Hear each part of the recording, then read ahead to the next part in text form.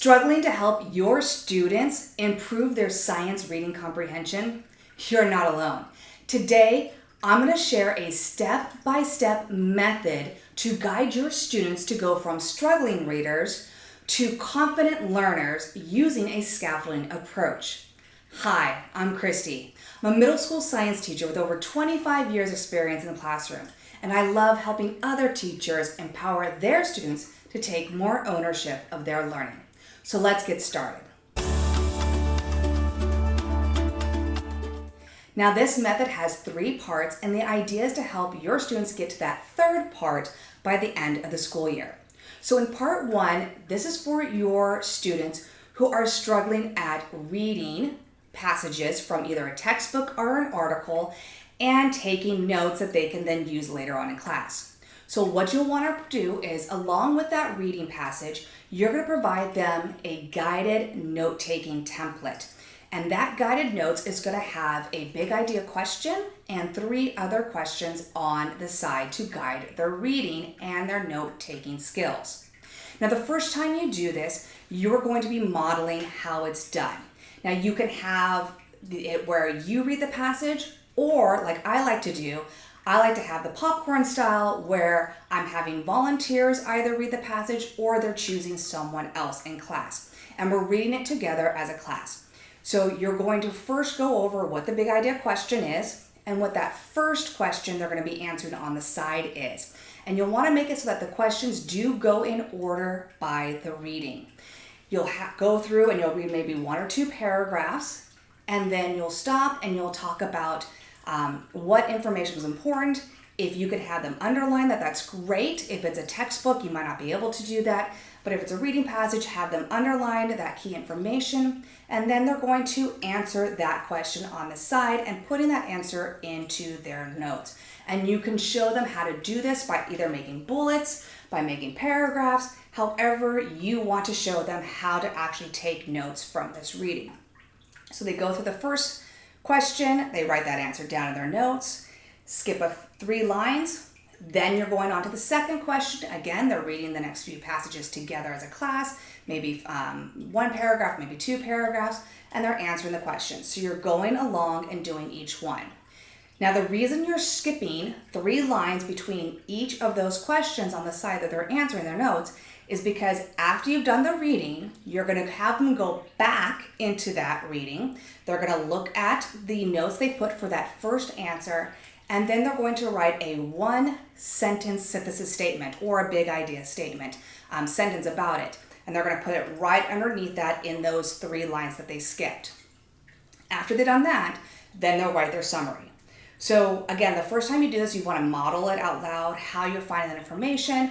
Then maybe have them work in groups and call on the groups for what they're choosing to write down, and then showing them what you would have written down. Eventually, you want to get to it where they are doing that on their own. They still have the questions on the side, but by the end, they're on their own doing that. So they're pulling the information out, looking at the guided questions. That's part 1. Once they're confident in that, it's time to take them to the next level, part 2. And in part 2, you're still going to have notes for them. However, your notes are going to have a big idea question only, and you're leaving the side questions out. The idea is that they will then be creating those side questions. So you're taking it to the next level. You still have a big idea guiding question for them, but then they're going to be creating their own questions. So once again, they're going through the reading. You can have them read it as a class together, 1 paragraph at a time. They're going to be writing information, and you want to kind of chunk the reading into 3 segments. So 3 parts, so whether they're reading 1 paragraph or 2 paragraphs for each part, you're going to chunk it. You're going to read 1 or 2 paragraphs, and then they're going to write down notes that they feel will help them answer that big idea question. So they're taking their notes that way. Then you skip 3 lines, you read the next paragraph or 2 couple paragraphs, the next section, and then again taking notes, and then they have the third chunk. So you have 3 different chunks of writing from that reading passage that you've provided them. What they're going to do next is they're, just like last time, they're going to go back in there, and for each of those chunks of writing, they're going to write a synthesis statement or a 1-sentence big idea statement. Next, they're going to make their questions. and it's kind of like Jeopardy. The synthesis statement is the answer, and they have to create a question where the question's answer is the synthesis statement. So what I like to do is I like to have them think about what would a question look like on a test, and provide them with like who, what, when, where, why, compare and contrast. We're providing different word banks that they can use for that, similarities and differences. And again, you're having them take it so that way they're making a question where the answer is that synthesis statement. And then they write their 3 questions on the side, and then they write their summary at the bottom. First time you do part 2, again, you're going to want to model how this is done, because now they're going from looking at questions on the side to making their own. So again, you're going to model how it's done. Then you're going to move on to having them work in groups, and eventually you want them to be able to do this on their own.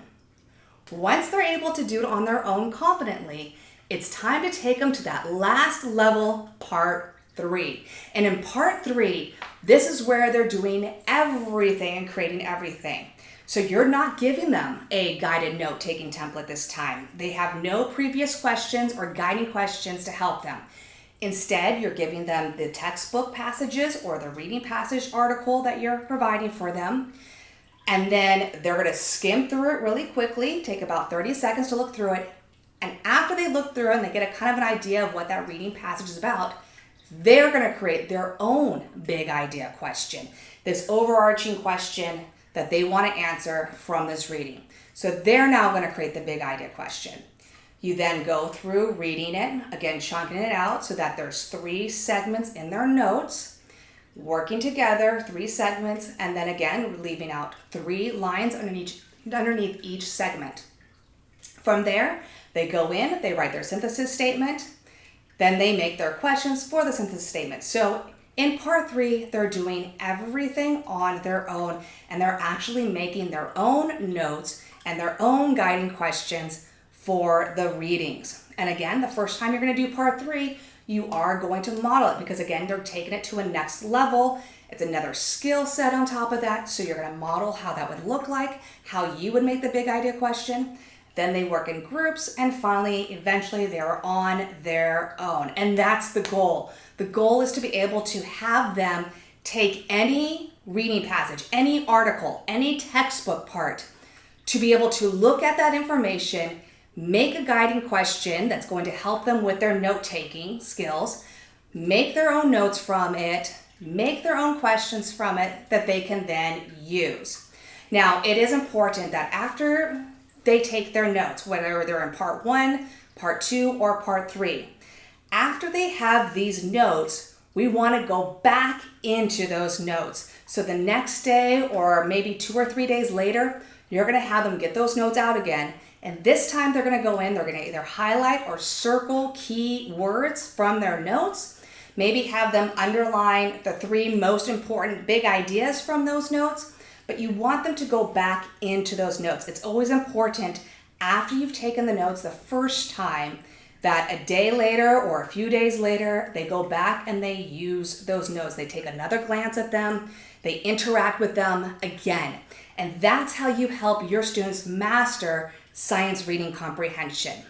Now, if you would like some great science reading comprehensions, I do have a full year of physical science reading comprehensions. They are 1-page reading passages for every single topic of the NGSS physical science standards.